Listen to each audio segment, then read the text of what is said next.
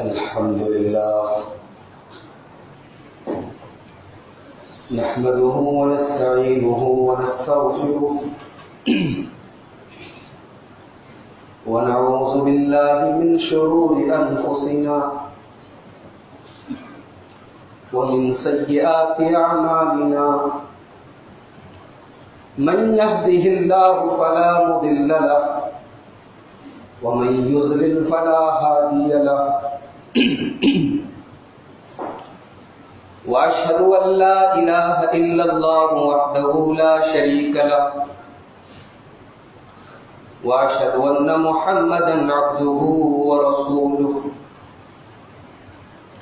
يا أيها الذين آمنوا اتقوا الله حق تقاته ولا تموتن إلا وأنتم مسلمون يا أيها الناس اتقوا ربكم الذي خلقكم من نفس واحدة وخلق منها زوجها وبث منهما رجالا كثيرا ونساء واتقوا الله الذي تساءلون به والأرحام إن الله كان عليكم رقيبا يا أيها الذين آمنوا اتقوا الله وقولوا قولا سديدا يصلح لكم أعمالكم ويغفر لكم ذنوبكم ومن يطع الله ورسوله فقد فاز فوزا عظيما أما بعد فإن خير الحديث كتاب الله وخير الهدي هدي محمد صلى الله عليه وسلم وشر الأمور محدثاتها وكل محدثة بدعة وكل بدعة ضلالة وكل ضلالة في النار. أعوذ بالله من الشيطان الرجيم. بسم الله الرحمن الرحيم. وإذ يمكر بك الذين كفروا ليثبتوك أو يقتلوك أو يخرجوك ويمكرون ويمكر الله والله خير الماكرين. معزز حاضرین جمعہ، محرم الحرام کی آج پہلی تاریخ ہے. یہ وہ مہینہ ہے جس سے ہمارے اسلامی کیلنڈر کی شروعات ہوتی ہے، جسے ہم ہجری کیلنڈر بھی کہتے ہیں. حضرت عمر فاروق رضی اللہ تعالیٰ عنہ کے دور میں یہ بات آئی کہ مسلمانوں کی بھی اپنی ایک تاریخ ہونی چاہیے، کیلنڈر ہونا چاہیے. اس سے ایک بات یہ معلوم ہوئی کہ صحابہ کرام اپنے کلچر کو لے کر، اسلامی کلچر کو لے کر کتنے حساس رہتے تھے. ہمارا سب کچھ ہے تو ہماری تاریخ بھی الگ ہونی چاہیے. یہ ایک مزاج تھا. ہم ایک مکمل دین کے ماننے والے ہیں. ہمارا دین ہمیں پہننے کا، اوڑھنے کا، کھانے کا، رہنے کا، سہنے کا، شادی کرنے کا، لین دین کرنے کا، تجارت کرنے کا، ہر چیز کا طور طریقہ بتاتا ہے. تو ہمارا کیلنڈر بھی الگ ہونا چاہیے. اور ظاہر کی بات ہے کہ حساب و کتاب رکھنے کے لیے، لوگوں کی تنخواہ دینے کے لیے اور بھی دیگر چیزوں کے لیے، کاروبار کرنے کے لیے ایک تاریخ کا سسٹم تو بہرحال ہونا چاہیے. تو عمر فاروق کے دور میں یہ بات آئی کہ کیلنڈر ہونا چاہیے. اب اس کیلنڈر کا آغاز کہاں سے کیا جائے؟ اللہ کے رسول کی پیدائش سے کیا جائے؟ پیدائش کی کوئی تاریخ معلوم نہیں تھی، اختلاف تھا. کیا اللہ کے رسول صلی اللہ علیہ وسلم کو جس تاریخ کو رسول بنایا گیا، آپ کے اوپر نبوت کی ذمہ داری ڈالی گئی؟ کیا اس تاریخ کو اس کیلنڈر کی پہلی تاریخ بنائی جائے؟ اس پر بھی اتفاق نہیں ہو سکا، کیونکہ اس کی تاریخ پر بھی اتفاق نہیں تھا. بہت غور کرنے کے بعد حضرت عمر فاروق جیسا دو اندیش آدمی اس نتیجے پر پہنچا کہ ہمارے کیلنڈر کی شروعات بات ہجرت مدینہ سے ہونی چاہیے۔ اللہ کے رسول صلی اللہ علیہ وسلم کی سیرت کا یہ واقعہ ہے جس میں بڑی حکمتیں ہیں۔ اس واقعے کو اگر ہم اللہ کے رسول صلی اللہ علیہ وسلم کی زندگی کا سب سے بڑا ٹرننگ پوائنٹ کہیں تو برا نہیں ہوگا، غلط نہیں ہوگا۔ 13 سال کی مکے کی زندگی آپ دیکھیے اور اس کے بعد 10 سال کی مدینے کی زندگی آپ دیکھیے۔ 13 سال کے مکے کے دور میں اور 10 سال کے مدینہ کے دور میں زمین و آسمان کا فرق ہے، اور یہ فرق پیدا کرنے والی چیز یہی ہجرت مدینہ ہے۔ یہ مکہ سے مدینہ کا ایک معمولی سا سفر نہیں تھا میرے پاس۔ اس سفر کے اندر قیامت تک آنے والے مسلمانوں کے لیے حکمت اور نصیحت کے بے شمار پہلو ہیں۔ ذرا آپ غور کیجئے کیا حالات ہے مکہ کے۔ ذرا 1450 سال پیچھے پلٹ کے چلیے مکہ کی سرزمین پر۔ یہ حضرت بلال حبشی ہے، اسلام لانے کی سزا میں عرب کے تپتے ہوئے صحراؤں پر ان کے بدن کو گرم پتھر رکھ کے تپتی ہوئی ریت پہ لٹا کے ان کے بدن کو جھلسایا جا رہا ہے۔ یہ عمار ہیں جن کے آنکھوں کے سامنے ان کی والدہ کو دردناک طریقے سے شہید کیا جا رہا ہے۔ یہ رسول اکرم صلی اللہ علیہ وسلم ہیں جو مکہ خانہ کعبہ جو اللہ کی عبادت کا گھر تھا وہاں پر نماز پڑھ رہے ہیں، اور نماز کی حالت میں آپ کے اوپر اونٹنی کی بچہ دانی، اونٹنی کی اوجھڑی لا کے رکھی جاتی ہے مختلف روایات کی بنیاد پر، اور آپ کو سجدہ کرنے سے بھی منع کیا جا رہا ہے۔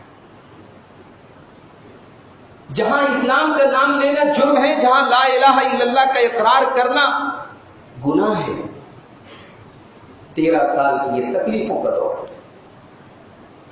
یہ بیچارے اسلام کے ماننے والے جب حبشہ پہنچتے ہیں، مکہ میں ظلم و ستم سہتے سہتے جب ان کو پتہ لگتا ہے کہ حبشہ نام کا ایک ملک ہے جہاں ایک عیسائی بادشاہ رہتا ہے، اور وہاں سکون حاصل کرنے کے لیے جب حبشہ پہنچتے ہیں تو عرب کے مکہ کے یہ مشرکین حبشہ تک پہنچ کر ان کی شکایتیں کرتے ہیں نجاشی کے سامنے، بادشاہ کے سامنے، اور وہاں پر بھی ان کو چین سے رہنے نہیں دیتے۔ بالآخر مدینہ سے اتر کی طرف 480 کلومیٹر کی دوری پر ایک مقام تھا جس کو آج مدینہ اور اس زمانے میں یثرب کہا جاتا۔ وہاں کے چند لوگوں نے جب اسلام قبول کیا اور کھلے دل سے کہا کہ اے اللہ کے رسول آپ اپنے صحابہ کو ہماری بستی میں بھیجیے، ہمارے گھر، ہماری دکانیں، ہمارے مکان، ہمارے دل، سب کے دروازے کھلے تھے۔ اللہ کے رسول صلی اللہ علیہ وسلم کے صحابہ کی بڑی تعداد دھیرے دھیرے مدینہ پہنچتی۔ جب مکہ کے مشرکین کو پتہ چلتا ہے کہ اب ان لوگوں کو پناہ لینے کے لیے ایک شہر مل رہا ہے، ایک مقام مل رہا ہے، اور ان کا فتنہ ان کی لینگویج کے حساب سے ان کا فتنہ بڑھ رہا ہے، تو مکہ کی جو پارلیمنٹ تھی دار الندوہ، وہاں پر تمام کے تمام مشرکین کے جو سردار تھے وہ ایک میٹنگ کرتے ہیں، اور آپ کو یہ جان کر حیرت ہوگی کہ اس میٹنگ میں ابلیس شیطان بھی اس میٹنگ میں ایک سفید پوش، سفید کپڑا پہن کے، لمبی داڑھی رکھ کے، ایک بوڑھے انسان کی شکل میں شیطان بھی اس میٹنگ میں شامل تھا۔ ہاں تو بھئی کیا کیا جائے؟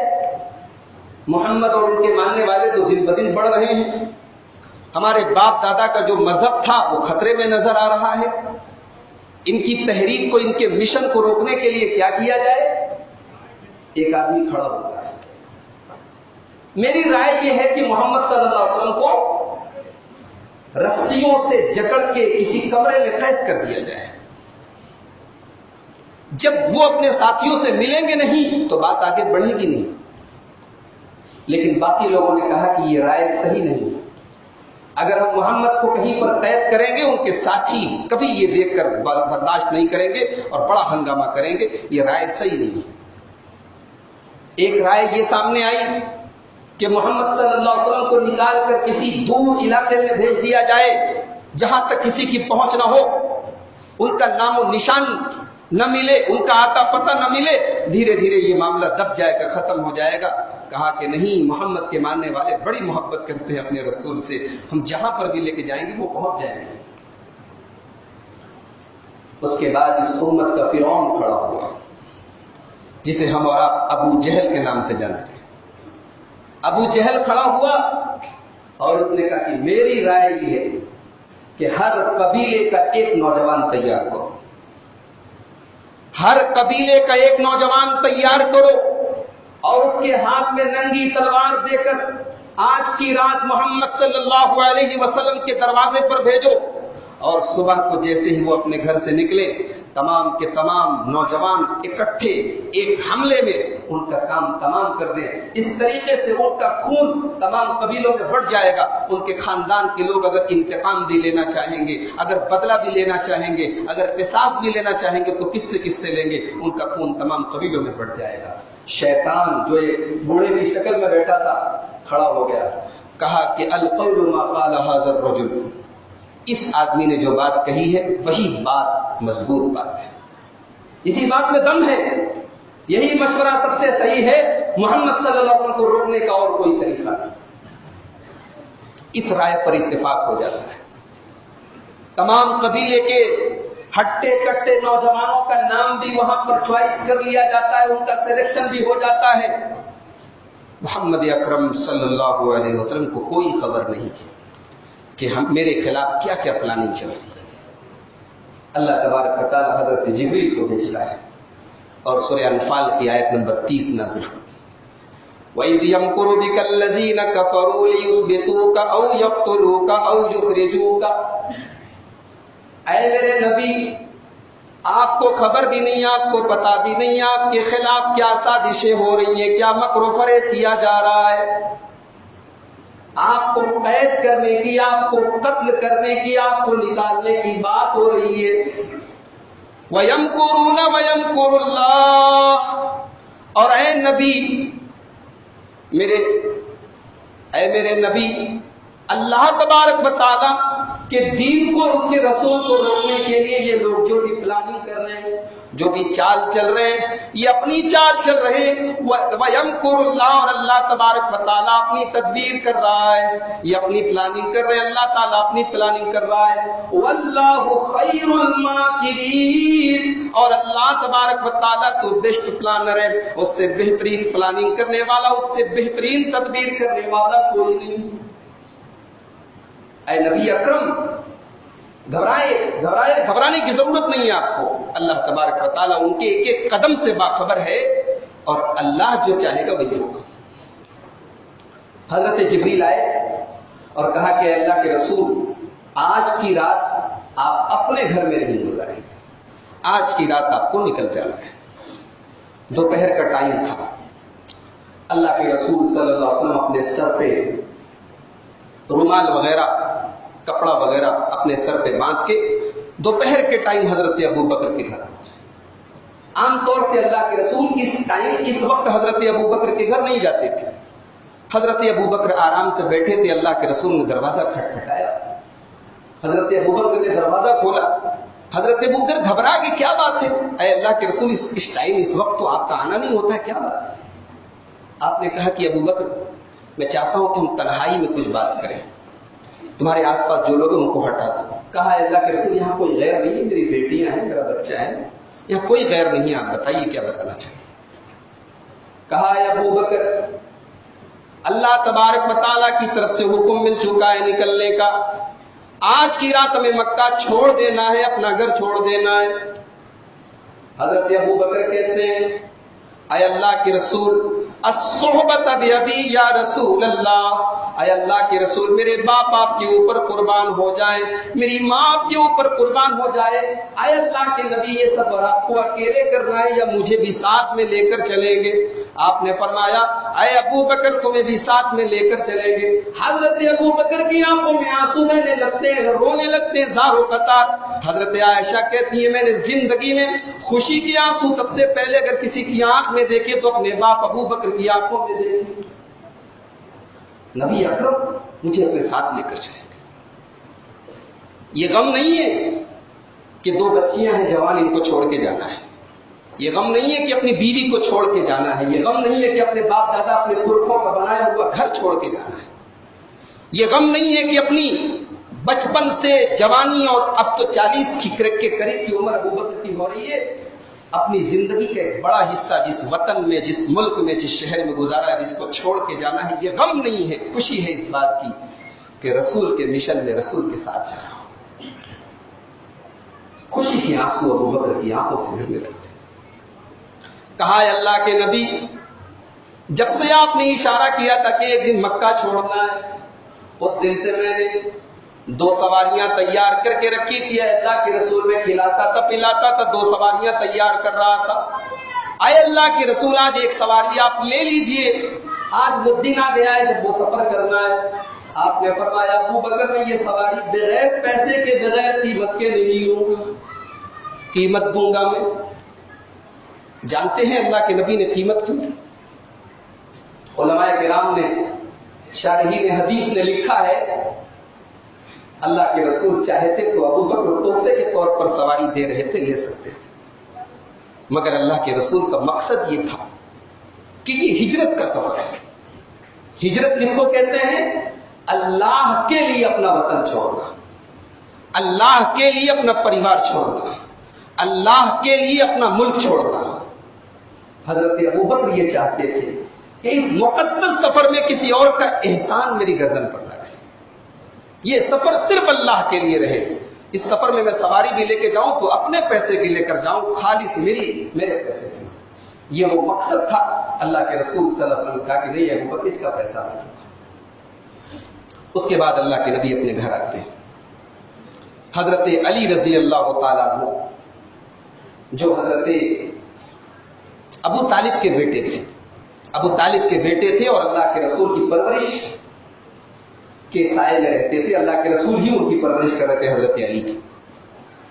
اللہ کے رسول صلی اللہ علیہ وسلم نے حضرت علی سے کہا کہ اے علی، آج کی رات مجھے جانا ہے، تمہارے ذمہ میں 2 کام دے کے جا رہا ہوں. ایک کام یہ ہے کہ میرے بستر پہ تمہیں آج کی رات سونا ہے. مذاق بات نہیں ہے، مذاق نہیں ہے میرے بھائیوں. تمام ہٹے کٹے نوجوان ننگی تلوار لے کر میرے رسول کا خاتمہ کرنے کے لیے اس رات اللہ کے رسول کے گھر آنے والے ہیں، اور آپ کی جگہ آپ کے بستر پر لیٹنے کے لیے حضرت علی رضی اللہ تعالیٰ عنہ بغیر کسی جھجک کے تیار ہو جاتے ہیں. یہ دلیل ہے اس بات کی کہ حضرت علی رضی اللہ تعالیٰ عنہ اسلام کے لیے، اللہ کے رسول کے لیے ان کی قربانی بڑی بے مثال تھی. ان کی شجاعت، ان کی بہادری پر روشنی پڑتی ہے اس بات. اسلام کے پہلے فدائی ہے حضرت علی. کہا ہے اللہ کے نبی ضرور، آپ کا حکم ہے، میں ضرور آپ کے بستر پہ آج رات سو جاؤں گا. کہا دوسرا کام یہ کرنا ہے علی کہ یہ امانتیں میرے پاس مکہ والوں کی رکھی، یہ فلاں کی امانت ہے، یہ فلاں کی امانت ہے، یہ فلاں کی امانت ہے، نام لے لے کے آپ نے بتایا. صبح ہو جائے یہ امانتیں لوگوں کو لوٹا دیں. اللہ اکبر. ہم نے وہ نبی پایا ہے کہ جس کے دشمنوں نے بھی اس کی سچائی اور امانتداری کا اعتراف کیا ہے. یہ صرف زبانی نہیں ہے میرے پاس، اتنے نازک وقت میں بھی اللہ کے رسول کو یہ احساس ہے کہ میں جا رہا ہوں، یہ امانتیں جو میرے گھر میں رکھی ہیں یہ ان کے مالکوں کو مل جائے، میرے ذمے یہ امانتیں باقی نہ رہیں. ذرا ہم سب اپنے اپنے گریبانوں میں جھانکیں، آج ہم کتنے امانت دار ہیں. امانتوں کے تعلق سے، اپنی ذمہ داریوں کے تعلق سے ہمارا کیا حال ہے. ہمارے نبی ہجرت کی اس رات بھی یہ گوارا نہیں کرتے کہ یہ امانتیں پینڈنگ رہے، پڑی رہے، بعد میں جب موقع آئے گا. خون کے دشمن ہیں، خون کے دشمن ہیں. آج کی رات 10 نوجوان میرے نبی کو مرڈر کرنے کے لیے، قتل کرنے کے لیے میرے رسول کے دروازے پر آنے والے ہیں، مگر میرے رسول کی امانت داری دیکھو میرے بھائیوں. اللہ کے نبی کہتے ہیں علی صبح ہو جائے امانتیں سب سے پہلے ان کو لوٹاتے ہیں. رات ہوتی ہے، نبی اکرم صلی اللہ علیہ وسلم اپنے بستر پر حضرت علی کو لٹاتے ہیں، اور جب اپنے دروازے سے نکلتے 10 نوجوان ننگی تلوار لے کر کھڑے ہیں. اللہ کے نبی صلی اللہ علیہ وسلم سورہ یاسین کی آیتیں تلاوت کر رہے ہیں. انا جعلنا فی اعناقہم اغلالا فہی الی الاذقان فہم مقمحون. وَجَعَلْنَا مِن بَيْنِ أَيْدِيهِمْ سَدًّا وَمِن خَلْفِهِمْ سَدًّا. سورہ یاسین کی آیت اللہ کے نبی پڑھ رہے ہیں. ان کی آنکھوں پر اللہ تبارک و تعالیٰ کے حکم سے ایسا پردہ پڑ گیا کہ ان کی آنکھوں کے سامنے سے اللہ کے رسول نکل جاتے ہیں, ان کی تلواروں کے جھرمٹ سے نکل جاتے ہیں, انہیں احساس بھی نہیں ہوتا کہ اللہ کے رسول کب نکلے. اللہ کے نبی نکل جاتے ہیں. کہاں نکلتے ہیں؟ اب ذرا اس پر غور کیجیے. مکہ کا نقشہ اٹھائیے. مدینہ کہاں ہے؟ مکہ سے اتر کی طرف. اور اللہ کے نبی جا کہاں رہے؟ مدینہ سے دکشن کی طرف, مدینہ سے جنوب کی طرف. مدینہ مکہ سے اتر کی طرف ہے, لیکن اللہ کے رسول صلی اللہ علیہ وسلم جا رہے ہیں مکہ سے دکشن کی طرف, جنوب کی طرف. ایک پہاڑ تھا جسے جبل ثور کہا جاتا ہے. اس پہاڑ میں ایک غار ہے جس کو آج غار ثور کہا جاتا ہے. اس غار میں اللہ کے نبی حضرت ابوبکر کے ساتھ چلے. نکل گئے اللہ کے رسول. اب یہ لوگ صبح ہوئی اس انتظار میں ہیں کہ اللہ کے رسول نکلیں اور ہم ان کا خاتمہ کریں. دیکھا کہ نہیں نکل رہے تو دروازہ کھولا, اندر گئے, چادر ہٹائی تو حضرت علی رضی اللہ تعالیٰ عنہ. سمجھ میں آ گئی بات کہ ہمارے ہاتھ سے اللہ کے رسول نکل رہے. اب بوکھلائے ہیں. اب پورے مکہ میں یہ اعلان کیا کہ تمام راستے بند کر دیے جائیں, تمام راستوں پر لوگوں کے پہرے بٹھا دیے جائیں, محمد اور ابو بکر نکلنے نہ پائیں. اور یہ بھی انعام بھی رکھ دیا کہ جو محمد صلی اللہ علیہ وسلم کو اور ابو بکر کو زندہ یا مردہ پکڑ کے لائے اس کو 100 اونٹوں کا انعام دیا جائے گا. اس زمانے میں 100 اونٹوں کی بڑی قیمت تھی. 100 اونٹوں کا انعام دیا جائے گا. اس کے بعد مشرکین میں سے 2 4 5 لوگ حضرت ابو بکر کے گھر آتے ہیں. دروازہ کھٹکھٹاتے ہیں. حضرت ابو بکر کی بڑی بیٹی حضرت اسما دروازہ کھولتی ہے. سب سے پہلا سوال, اینا ابو کا, تیرا باپ کہاں ہے؟ ابو بکر کہاں ہے؟ حضرت اسما کہتی لا ادری, مجھے نہیں معلوم. ابو جہل نے تھپڑ کھینچ کے مارا. ابو جہل نے تھپڑ کھینچ کے مارا. اور وہ بیٹی جسے ابو بکر نے بڑے لاڈ و پیار سے پالا تھا, بڑی محبتوں سے پالا تھا, جب ابو جہل کا تماچا اور تھپڑ حضرت اسما کے گال پہ پڑا ہے تو سیرت نگاروں نے, تاریخ نگاروں نے لکھا ہے کہ حضرت اسما کی بالیاں ان کے کانوں سے گر گئی. میری ماں بہنوں, یہ اسلام بڑی قربانیوں کے بعد ہمیں ملا ہے. عورتوں نے تھپڑ کھائے ہیں, ان کے کانوں کی بالیاں گری ہیں, تب یہ اسلام کی نعمت ہمیں ملی ہے. حضرت اسما رضی اللہ تعالیٰ عنہ کو ابو جہل نے ایسا تھپڑ مارا کہ تاریخ کے الفاظ ہے کہ ان کے کانوں کی بالیاں زمین پہ گر جاتی. مگر ان لوگوں نے اپنی زبان بند رکھی, کوئی اشارہ نہیں دیا, کوئی ہنٹ نہیں دیا کہ اللہ کے رسول کی طرف ہے. حضرت ابو بکر کے والد جن کا نام ابو قحافہ تھا, بہت بوڑھے ہو چکے تھے, عمر دراز ہو گئے تھے, آنکھوں کی بینائی ختم ہو گئی تھی, لیکن مسلمان نہیں ہوئے تھے. جب ان کو پتا چلا کہ ابو بکر چلے گئے ہیں تو حضرت اسما سے اپنی پوتی سے کہنے لگے کہ تیرا باپ تو سب کچھ لے کے چلا گیا. اور حقیقت یہی تھی کہ حضرت ابو بکر اپنے بیوی بچوں کو چھوڑ کر گئے تھے, لیکن سارا مال تقریباً 5000 یا 6000 درہم ان کے پاس تھا, پورا کا پورا لے کے چلے گئے. گھر میں 1 روپیہ نہیں چھوڑا تھا. تو ابو قحافہ نے کہا کہ تیرا باپ تو سب لے کے چلا گیا. حضرت اسما بڑی ہوشیار تھی. ایک جگہ ڈھیر ساری پتھر کی کنکریاں اکٹھا کی, اس کے اوپر کپڑا ڈالا, اپنے اندھے دادا کا ہاتھ پکڑا اور کنکریوں پر جا کے رکھ دیا. کہا کہ دادا کیا بات کرتے ہیں, ابا تو بہت کچھ چھوڑ کے گئے, بہت ساری سونے کی اشرفیاں چھوڑ کے گئے, ہم لوگ کئی سال تک بیٹھ کے کھا سکتے. مطمئن ہو گئے ابو قحافہ کہ چلو کم سے کم کچھ چھوڑ کے تو گیا. اس سے یہ بات معلوم ہوئی میرے بھائیوں کہ حضرت ابو بکر رضی اللہ تعالیٰ کی پوری فیملی, پورا پریوار جٹا ہے اسلام کی مدد کے لیے, اللہ کے رسول کی مدد کے لیے. اللہ کے نبی جب غار ثور میں پہنچتے ہیں, تاریخ کی کتابیں ہمیں بتاتی ہیں, سیرت کی کتابیں ہمیں بتاتی ہیں کہ حضرت ابو بکر کہتے ہیں اللہ کے رسول رک جائیے, پہلے میں ذرا سا اس غار کا جائزہ لے لوں. گئے تو دیکھا کہ غار میں کئی سوراخ ہیں. سوراخ ہے تو ہو سکتا ہے سوراخ کے اندر کوئی جانور ہو, کوئی سانپ ہو, کوئی بچھو ہو, کہیں اللہ کے رسول کو ڈس نہ لے, ہم لوگوں کو ڈس نہ لے. پتھر اٹھایا, تمام سوراخوں کو اٹھا کے بند کرنے لگے. ایک سوراخ بچ گیا. حضرت ابو بکر رضی اللہ تعالیٰ نے اپنے پیر کے انگوٹھے سے اس غار کے سوراخ کو بند کر دیا. اے اللہ کے رسول آ جائیے، میں نے صفائی کر دی ہے، اب یہ غار ہم لوگوں کے آرام کرنے کے لائق ہے۔ اللہ کے رسول صلی اللہ علیہ وسلم آتے ہیں اور حضرت ابو بکر کے پہلو پر آپ کی گود میں سر رکھ کے تھکے ہارے میں سو جاتے ہیں۔ سیرت نگاروں نے لکھا ہے، تاریخ کی کتابیں بتاتی ہیں کہ اس سوراخ میں زہریلا جانور تھا، کوئی بچھو تھا، کوئی جانور تھا۔ اب اس سوراخ کا منہ حضرت ابو بکر کے انگوٹھے سے بند ہے، وہ باہر نکلنے کی کوشش کر رہا ہے، بار بار ڈنک مار رہا ہے۔ حضرت ابو بکر رضی اللہ تعالیٰ اس جانور کے ڈنک مارنے سے تکلیف میں ہے، مگر ذرا سا ہل نہیں رہے، اللہ کے رسول کے آرام میں خلل نہ پڑے۔ تکلیف برداشت کرتے ہوئے حضرت ابو بکر کی آنکھوں سے آنسو گرتے ہیں، اور وہ گرم گرم آنسو جب اللہ کے رسول صلی اللہ علیہ وسلم کے اوپر پڑتے ہیں، آپ کی نیند کھل جاتی ہے۔ ابو بکر کیا بات ہے، کیوں ہو رہے ہیں؟ کہا ہے اللہ کے رسول شاید اس سوراخ میں کوئی جانور ہے جو مجھے ڈس رہا ہے۔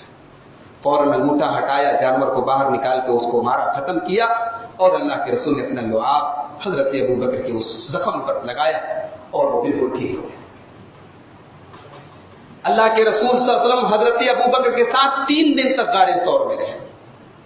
حضرت ابو بکر کے بیٹے عبداللہ بن ابی بکر یہ صبح صبح مکہ کے کافروں کے ساتھ بیٹھتے تھے، ان کی پلاننگ کے بارے میں سمجھتے تھے، اور رات ہوتی تھی تو غار ثور میں آتے تھے اور اللہ کے رسول کو پلاننگ بتاتے تھے۔ یہ اسلام کے پہلے جاسوس تھے، یہ اللہ کے رسول کے پہلے جاسوس تھے، یہ اسلامی تاریخ کے پہلے جاسوس تھے۔ 3 دن تک اللہ کے رسول حضرت ابو بکر کے ساتھ غار ثور میں رہے۔ آپ دونوں کے لیے کھانا تیار کرتی تھی حضرت عائشہ اور ان کی بڑی بہن حضرت اسما، اور جب کھانا تیار ہو جاتا تھا تو کھانے کو ٹفن پیک کر کے پہنچانے کا کام کرتی تھی حضرت اسما رضی اللہ تعالی۔ کیا ہمت تھی، کیا بہادری تھی، کیا جذبہ تھا میری ماں بہنوں، آج وہ جذبہ ہمارے اندر سے نکل چکا ہے۔ حضرت ابو بکر کا ایک غلام تھا عامر بن فہیرہ، وہ بکریاں چرایا کرتا تھا، بکریاں چراتے چراتے شام کو غار ثور میں پہنچتا تھا، تازہ تازہ دودھ اللہ کے رسول صلی اللہ علیہ وسلم کو حضرت ابو بکر کو پلاتا تھا، اور رات میں جب لوٹتا تھا تو حضرت عبداللہ بن ابی بکر، حضرت ابو بکر کے بیٹے عبداللہ جس راستے سے غار ثور میں آیا اور جایا کرتے تھے، اس راستے سے بکریوں کو لے کر جاتا تھا تاکہ راستے کا نشان باقی نہ رہے، کوئی نشان باقی نہ رہے۔ اس سفر کو کمپلیٹ کرنے کے لیے، سفر کو پورا کرنے کے لیے اللہ کے رسول نے عبداللہ بن اریقط نام کے غیر مسلم کو، ایک کافر کو، ایک مشرک کو، اللہ کے رسول نے باقاعدہ پیسہ طے کر کے، اجرت طے کر کے گائیڈ مقرر کیا، اس لیے کہ مدینہ کے عام راستے سے آپ کو نہیں جانا۔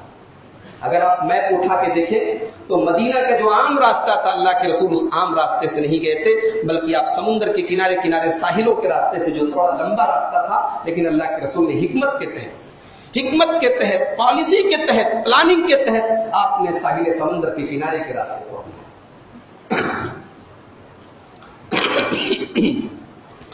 غار ثور میں قیام کے دوران ایک موقع ایسا بھی آیا کہ مشرکین میں سے کچھ لوگ پہاڑ کے اوپر چڑھ گئے، پہاڑ کے اوپر چڑھے اور بالکل غار ثور کے پاس پہنچ گئے۔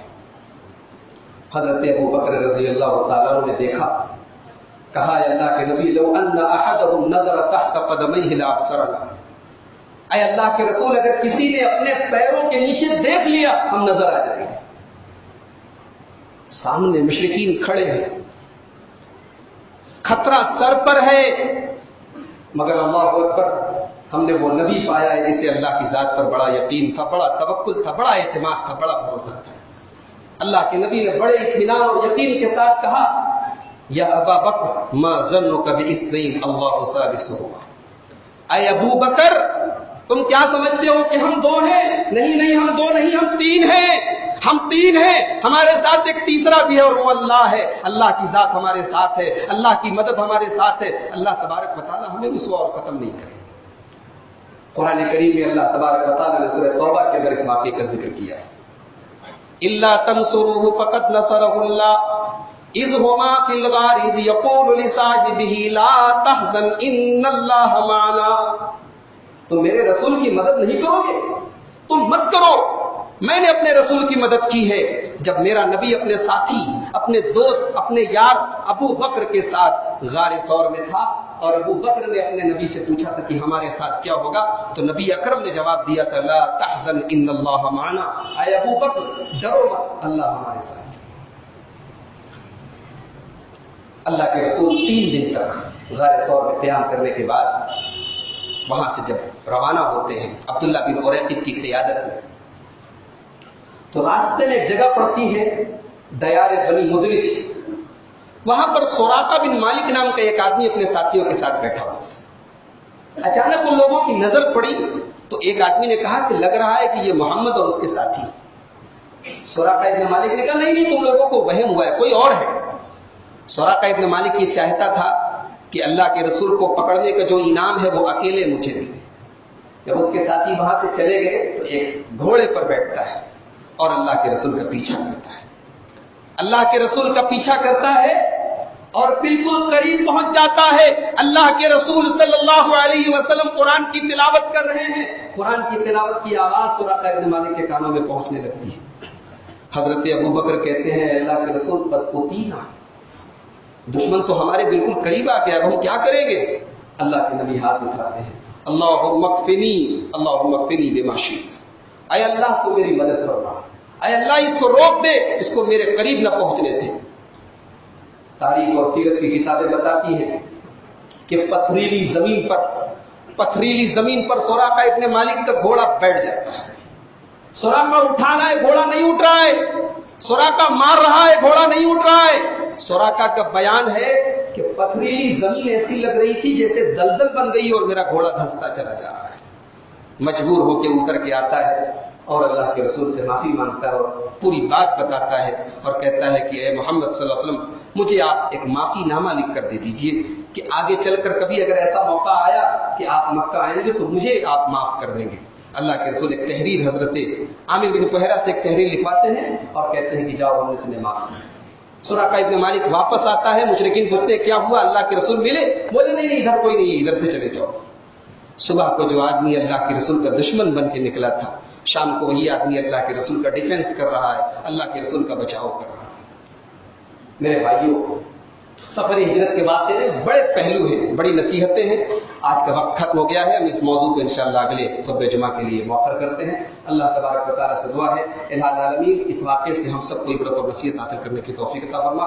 رب العالمین حضرت ابو بکر اور ان کی پوری فیملی نے جس طریقے سے اسلام کی مدد کی، اللہ کے رسول کی مدد کی، وہ اسلام کی اور دین کی مدد کا جذبہ اللہ تعالیٰ ہم سب کے اندر بھی پیدا فرمائے۔ اللہ تعالیٰ ہم سب کے اندر اخلاص پیدا فرمائے۔ رب العالمین ہمیں اپنے دین کی تعلیمات پر چلنے والا بنائے، جب تک دنیا میں زندہ رکھے اسلام پر زندہ رکھے اور خاتمہ ہمارا ایمان پر۔